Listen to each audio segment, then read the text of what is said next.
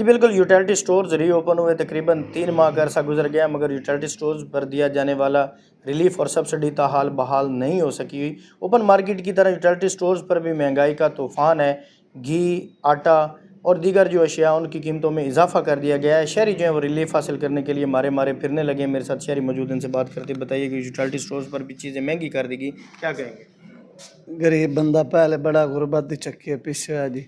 अगर utility store है तो तकरीबन 3 महीने हो गए जी ओपन होया, तो उस तो बाद सबसिडी है जी वो बिल्कुल ख़त्म कर दी गई है जी। अगर चीनी है तो उनके 30-40 रुपये रिलीफ है वो ख़त्म कर दिता गया।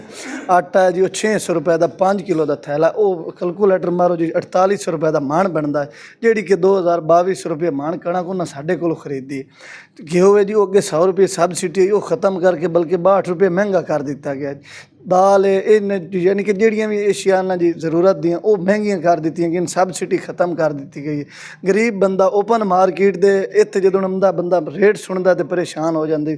इन्हां दी निस्बत ओपन मार्केट दे विच ठीक है रेट जी। अगर गरीब बंदा जो 800-900 रुपये कमाने वाला वो बच्चों की दवाई लवे, बच्चों दी फीसां देवे, घर दे होर अखराजात हैं, बिल बिजली देवे, समान लवे, को थोड़ा बहुत रिलीफ है वो ख़त्म कर दिता। हुकूमत वक्त में अपील करें कि वो सबसिडी बहाल की जाए, गरीब आदमी ते रहम किया जाए।